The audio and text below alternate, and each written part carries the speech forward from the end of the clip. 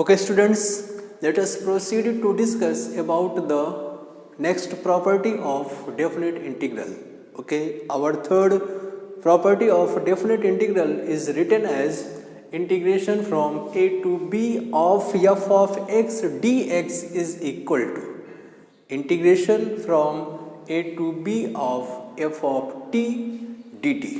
Okay, here we have to integrate the given function f of x with respect to x, and here we have to integrate the given function f of t with respect to t.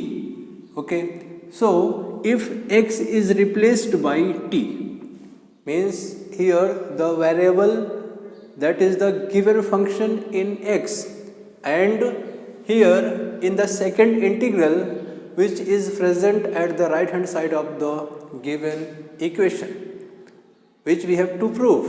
Okay, यहाँ पे x है, यहाँ पे t है, मतलब the given function in t and the given function in x.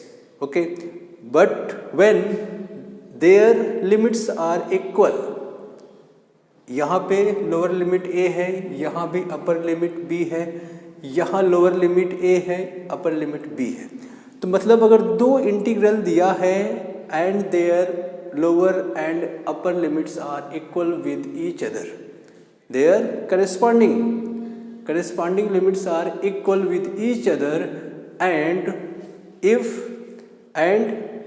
their variables are different, their variables मतलब जो first integral है वो x में है और जो सेकंड इंटीग्रल है वो t में है.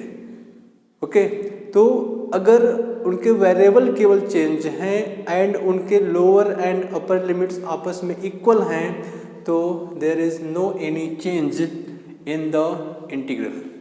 उनके वैल्यूज़ में, the values of integral no changing, उनके वैल्यूज़ में कुछ भी परिवर्तन नहीं आने वाला है. ओके, कुछ भी चेंजिंग नहीं होगा, they are equivalent with each other. आ गया समझ में? यहाँ पे x हो, यहाँ पे t हो, p हो, q हो, कुछ भी मतलब नहीं है, बट उनके लिमिट्स सेम होने चाहिए. उनके लिमिट्स यहाँ भी a है, यहाँ भी a है, यहाँ भी b है, वहाँ भी b है. तो अगर ऐसा सब कुछ हो रहा है तो उनका इंटीग्रल आपस में इक्वल होता है. ओके, क्लियर हो गया? तो late us prove this result, that is property number 3. इसको प्रूव करते हैं, देखते हैं कैसे है. तो जब आप इसको प्रूव करोगे तो आपको f क्या है? f एक कंटिन्यूअस फंक्शन है which is defined in close interval a b, and integral of f of x dx is equal to suppose g of x plus c है. ओके, और जो दूसरा फंक्शन है f ऑफ t dt को मान लीजिए g of t plus c है. Clear? f of x का integral g of x plus c है. इसी तरह से similarly integration of f of t dt क्या है? g of t plus c है. And function is the continuous function. f क्या है? f भी एक continuous function defined in a closed interval a b. Okay, so let us take our left hand side, that is integration from a to b of f of x dx is equal to g of f of x का integration क्या है? g of x है plus c है. तो हमें क्या लिखना पड़ता है? लोअर लिमिट यहाँ लिखना पड़ता है, अपर लिमिट यहाँ लिखना पड़ता है. ओके, एंड हमें मिलता क्या है? That is g of b plus c. Okay, फिर आप माइनस करते हो, फिर x को a से रिप्लेस करते हो. Okay, means upper limit minus lower limit. Function में अपर लिमिट रखते हो, उसको कैलकुलेट करते हो, फिर माइनस x को a से रिप्लेस किया, put the value of x by lower limit a रख दिया, and this one is equal to g of b plus c minus g of a plus into minus minus c and c get cancelled, we have g of b minus G of A. तो ये रहा आपका left hand side A to B of F of x D X. Clear हो गया students? आसान है। देखो right hand side हम लेते हैं, फ्रॉम राइट हैंड साइड वहाँ पे क्या लिखा है, integral from A to B of F of T D T.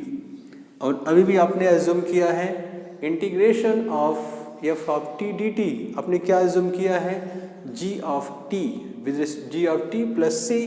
तो आप लिख लीजिए that is G of T plus C, lower limit A and upper limit of the integral B. रख दीजिए that is G of T plus C, फिर आप minus करते हो G of A plus C, this is equal to G of T plus C minus ji of A minus C, C तो cut जाएगा, बचेगा क्या, बच गया जी, सॉरी यहाँ पर आपको बी रखना था, बी नहीं रखा आपने, तो G of B minus ji of A. तो ये रहा आपका राइट हैंड साइड। तो ये राइट हैंड साइड है और ये आपका लेफ्ट हैंड साइड था जिसे आपने कैलकुलेट किया है। So on comparing right hand side and left hand side we get both having values, both having integral g of A minus ji of B minus ji of A.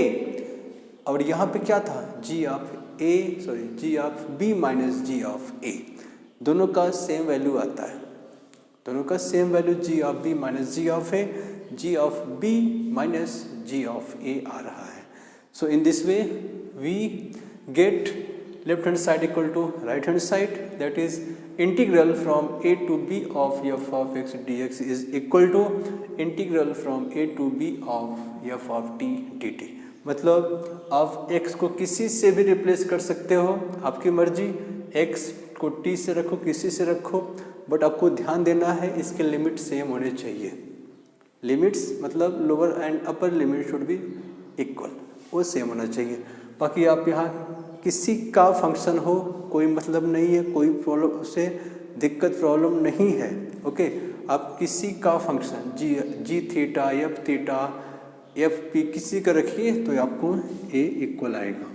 Okay, let us solve our example number 1, that is integral from pi by 6 to pi by 3 of cos of x. और अभी भी मैंने क्या किया, यहाँ पे x को t से रिप्लेस कर दिया और यहाँ पे dt है। तो लेट अस चेक कि दोनों का वैल्यू सेम आता है क्या। तो पहले आप इसको कॉपी कर लीजिए, फिर उसके बाद हम आगे बढ़ते हैं। ठीक है, please make a note and then we will proceed.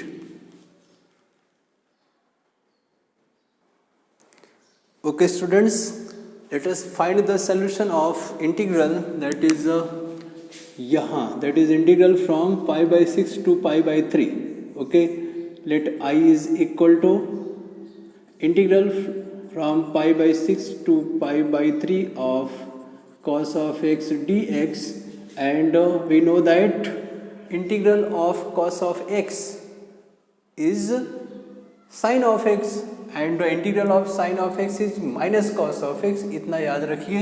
तो cos का इंटीग्रल क्या होता है, sin होता है, sin of x from pi by 6 to pi by 3, and this one is equal to sin of pi by 3, means x is replaced by upper limit of the integral minus sine of pi by 6, and pi by 3 is the radian and the pi by 3 in the degree, that is 60 degree। sin 60 कितना होता है, that is √3/2 होता है। sin 30 is 1/2, so we get √3 minus 1/2। Okay, ये तो रहा है आपका इस कंडीशन में। इसको चेक कर लेते हैं। This one is equal to cos t मतलब क्या, sin t, ये sin t हुआ और यहाँ पे पाई बाई 6 है और पाई बाई 3। भाई cos t का integration with respect to t, एक किसके रिस्पेक्ट में था, विद रिस्पेक्ट टू x था, अब एक किसके रिस्पेक्ट में है, t। cos t का फंक्शन है और we have to integrate with respect to t। तो रख दीजिए that is sine of pi by 3 minus sine of pi by 6 sine 60 that is √3/2 sine 30 pi by 6 radian में है तो 30 sine 30 is 1/2 we get √3 minus 1/2। बताओ इसमें कुछ difference है क्या, कुछ अंतर है? That's are same values of integration from pi by 6 to pi by 3 cos of x dx लिख लो, या integral from pi by 6 to pi by 3 cos t रख लो, सबका दोनों का सेम वैल्यू आता है।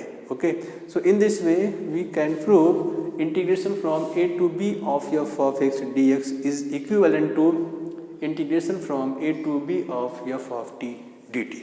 Okay, please write down. Okay students, let us prove our fourth property, that is integration from a to b of f of x dx is equivalent to integral from a to c f of x dx plus integral from c to b of f of x dx, where c क्या है? c is an intermediate number or term belonging between a to b. c belongs to ab. ab is the open interval. Here c greater than a and less than b. a और b के बीच में कोई भी number होना चाहिए। c, okay, c is an intermediate number. Okay, a और b के बीच में से कोई भी एक नंबर आप रख सकते हो। Clear? So we have to prove integration from a to b of f of x dx is equal to integration from a to c f of x dx plus integration from c to b of f of x dx। c क्या है? c is an intermediate number or intermediate term between a and b. Okay, c belongs to a b.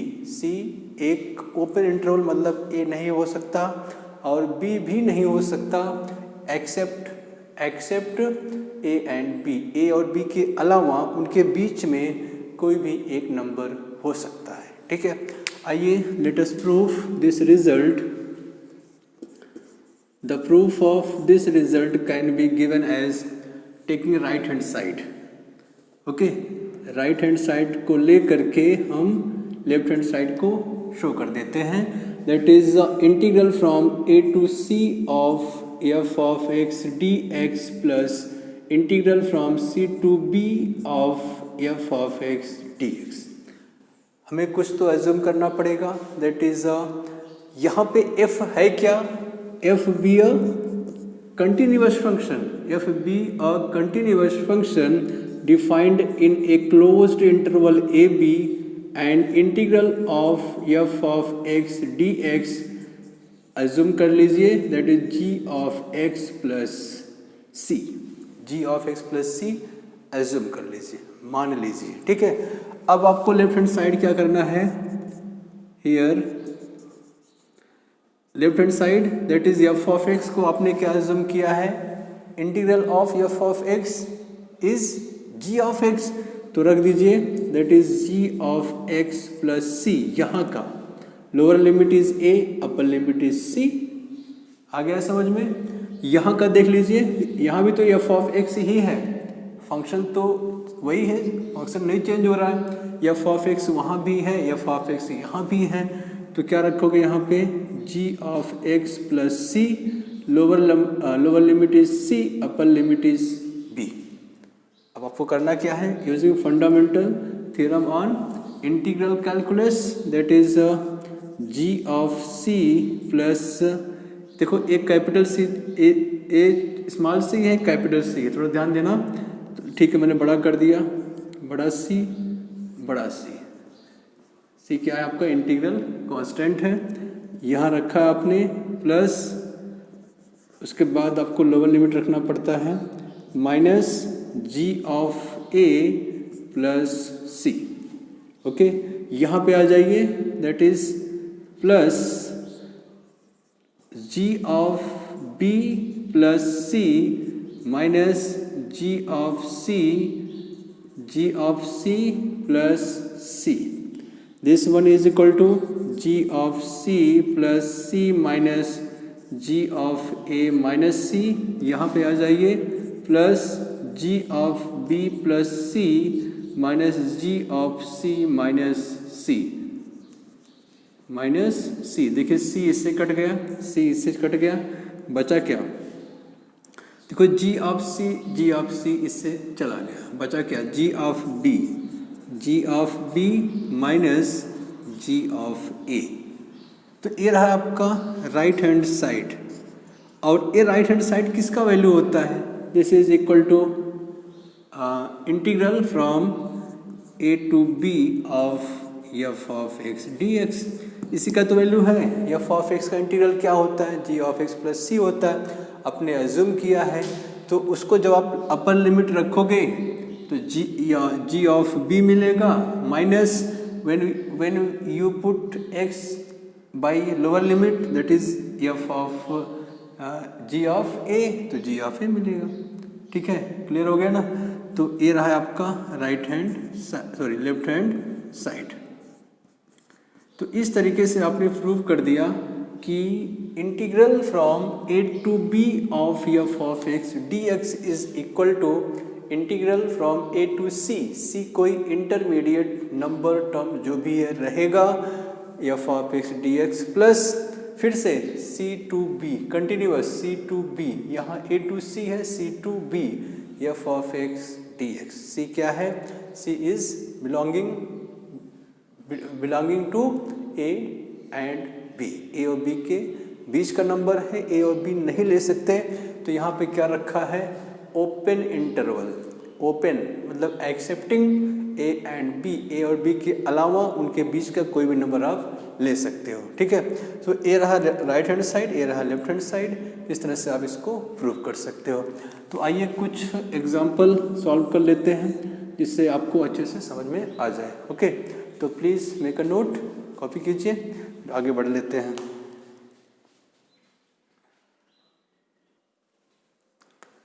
तो ठीक है, तो कोई एक example लिखा मैंने, that is integration from -1 to 5 of 2x plus 3 dx plus equal to -1 to 3 2x plus 3 dx plus 3 to 5 of 2x plus 3.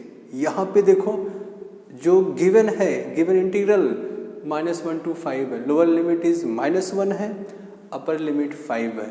तो हमने क्या लिया है यहाँ पे? कंटिन्यूअस एक का नंबर 3 है, 3. ओके, जैसे आपने किया ना यहाँ पे a to c to b, यहाँ पे लोअर अपर, यहाँ पे लोअर अपर एक कंटिन्यू होना चाहिए. देखो 3 कंटिन्यू है, लोअर -1 अपर 5. ओके, तो 3 क्या है? 3 इज ए नंबर, मतलब 3 आपका -1 से बड़ा है लेकिन 5 से छोटा है. Means 3 belongs to -1 and 5. -1 5 के बीच में है. तो इस तरीके से हम ये प्रॉपर्टी यूज़ कर सकते हैं और यहाँ तो हमें प्रूव करना है. ठीक है, देखिए कैसे प्रूव करते हैं. पहले तो आप लेफ्ट हैंड साइड ले लो. Left hand side solution clear ना? लेफ्ट हैंड साइड क्या है? -1 to 5 और 2x प्लस 3 dx से सॉल्व कर देते हैं हम. देखो ये कितना हुआ? This one is -1 to 5 of 2x dx plus -1 to 5 of 3 dx. Correct? 2x plus 3 integration of summation of two functions या subtraction of two functions is equal to integration of first function plus integration of second function. तो यहाँ plus था तो बीच में plus हो गया. ठीक है, आगे बढ़ लेते हैं. This one is equal to twice of integration of x, that is x² by 2 -1 to 5 plus 3. यहाँ 1 बचेगा. 1 का इंटीग्रेशन क्या होता है? x होता है with respect to x, that is -1 to 5. इसका वैल्यू देखो 2 तो कट जाएगा, 5 रखा यहाँ पे, 5 का स्क्वायर 25. अब आप माइनस करते हो, फिर -1 को रिप्लेस करोगे किसी से? लोअर लिमिट दैट इज -1 +3 रखा आपने 5 -1 एक्स को किससे से रिप्लेस किया, लोअर लिमिट से, अपर लिमिट से माइनस लोअर लिमिट से, तो ये हुआ कितना 25 -1 का स्क्वायर कितना होता है +1 होता है, तो यहाँ पे -1 आएगा 3 और यहाँ पे +1 माइनस इंटू माइनस +1 तो 25 -1 24 और ये 3 5 +1 6 दैट इज 25 + 6 3 इज 18 8 और 4 12 होता है 2 1 3 दैट इज 42 8 और 4 12 2 + 1 3 3 8 4 42 आ गया। तो इस तरीके से आपने लेफ्ट हैंड साइड तो इतना तो फाइंड आउट कर लिया कि लेफ्ट हैंड साइड में जो इंटीग्रल है उसका वैल्यू कितना है 42।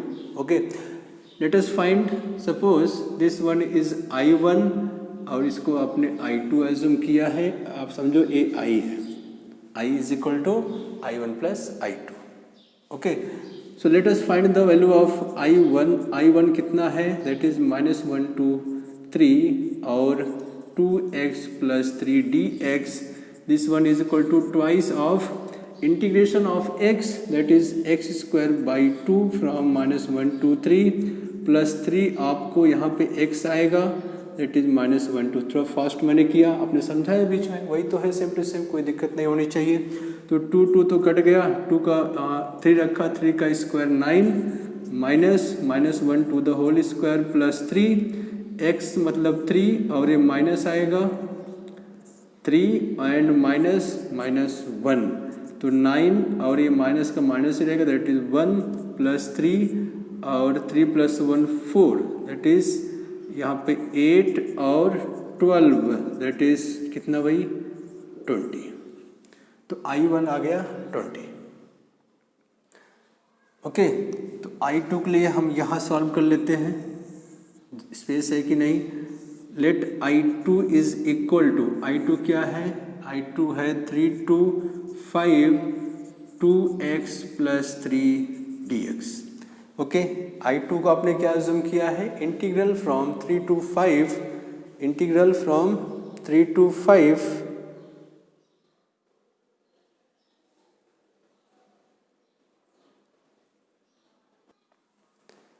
okay 3 to 5 of 2x + 3 dx।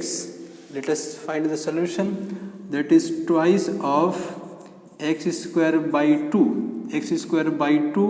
from 3 to 5 + 3 और यहाँ पे 1 आएगा, 1 का इंटीग्रेशन क्या होता है x होता है विद रिस्पेक्ट टू x, यहाँ पे 3 to 5 रखिए, 2 कटेगा दैट इज 5 का 5 स्क्वायर रिप्लेस x बाई 5 का स्क्वायर 25 -3 को 3 से रिप्लेस किया तो 3 का स्क्वायर 9 ओके +3 5 -3 x के प्लेस पे 5 - x के प्लेस पे लोअर लिमिट दैट इज 3 तो 25 - 9 कितना होता है 14। हाँ, और ये तो कितना हुआ 5 - 3 2 3 या 6 और 14 दैट इज 14 और यहाँ 15 -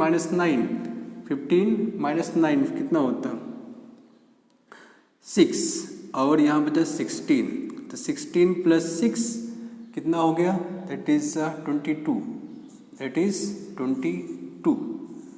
ओके 15 - 25 - 9 16 9 25 और 5 - 3 2 3 जा 6 16 + 6 22। देख लीजिए I2 is 22 I1 is 20। So since आपने क्या लिखा है I is equal to I1 + I2, इसको आपने फर्स्ट लेफ्ट हैंड साइड को आपने I कंसिडर किया था, the value of I is 42 and आपने I1 इंडिविजुअली सॉल्व किया है, उसको I1 कंसिडर किया था इसको और उसका वैल्यू आपने निकाला है 20। ओके, I2 को आपने यहाँ सॉल्व किया है that is 22 and since capital I is equal to I1 + I2 ये वाला प्लस I1 + I2 I1 अपने I इज 42 I1 इज 20 और I2 आपने निकाला है 22 2 और कोई भी और we know that 20 plus 22 that is 42. So 42 is equal to 42. Hence proved.